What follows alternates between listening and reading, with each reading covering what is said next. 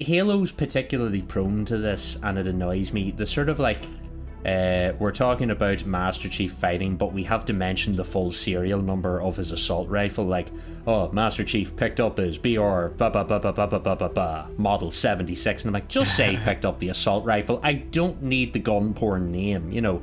I don't need the make and model of the Warthog he's driving. Just say Warthog. It's okay. I know, like, Bungie and 343 are throwing these in for lore nerds, but like, leave it vague. I don't need a model number. Say he picked up the assault rifle, and then later you can be like, actually, Master Chief was using this model of assault rifle in the Fall of Reach novel because this was set 72 years before Sergeant Johnson invented the new one. You know, they do that all the time.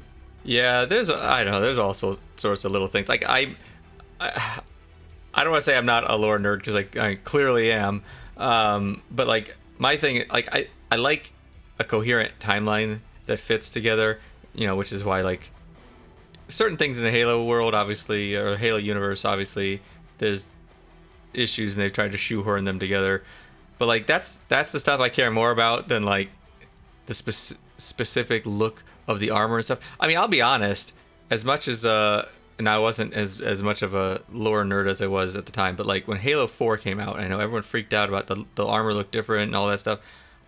I'll be honest, I didn't really notice. To me, it was like it just looked like Master Chief, but looked better. I recognized that it looked a little different, but like it didn't even register to me that it was like totally different. And if you look at them side by side between Halo 3 and Halo 4, obviously they're different. But it's like I don't care. That's not important. It's the timeline, the story part of it is what really gets me, and I like that to be coherent in any kind of sci-fi universe that I get obsessed with. If they had never addressed his new look and just said nothing, it would have been fine. Yep. Instead, they said nanobots. Well, that was the dumbest answer they could have given of anything. Yeah, like if the start of that trailer had have been like little tiny robot arms inside the cryo tube re-welding his armor while he was frozen, I'd have been like, I totally buy this. Yep. The things come with medical arms, and Cortana figured out how to use them to change his armor. Brilliant. And she decided to spray paint his crotch piece black to match the rest of it. Perfect. But just nanobots. And then they threw it into the novels as well. I was like, no, get away with your nanobots. I don't want to hear about this. Yeah. It's one step away. We are one step away from space magic and the fucking Guardians.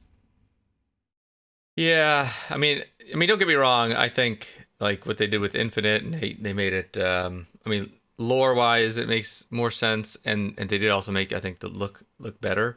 But like, that's so much less important to me than getting the story right. And even if there's like boring parts of the story, like, you know, everything in escalation basically, at least as far as I know, I can't think of anything that stands out as an issue, but like it fits in the storyline, and I can just kind of say, well, that was a boring part, I don't care, it's in the universe, I can ignore it, and try to find stuff that I enjoy more.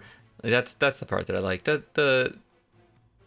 All that nitpicky, like what AR model number and why didn't, you know, the dumb one, that one I hate is, and everyone knows the answer to this, but it's the lore reason why the guns from Halo 2 aren't on the Pillar of Autumn in Halo CE.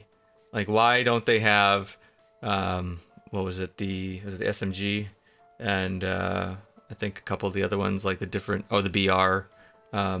Like, why don't those exist why weren't they on the Pillar of Autumn in Halo CE? Like, who cares?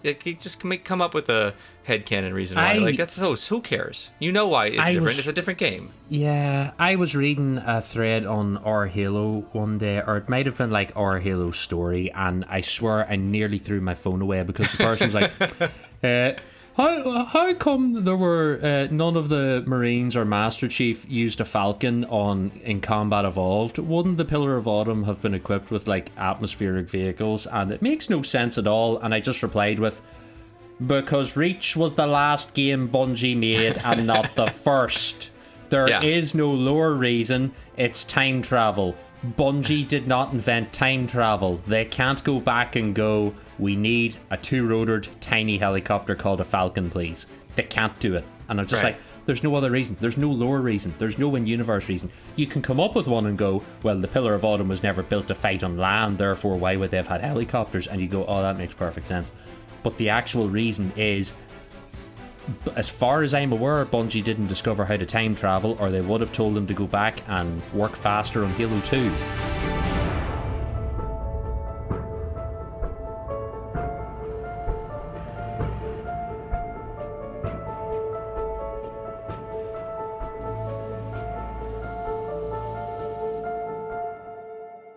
I would have been your podcast, only on Patreon.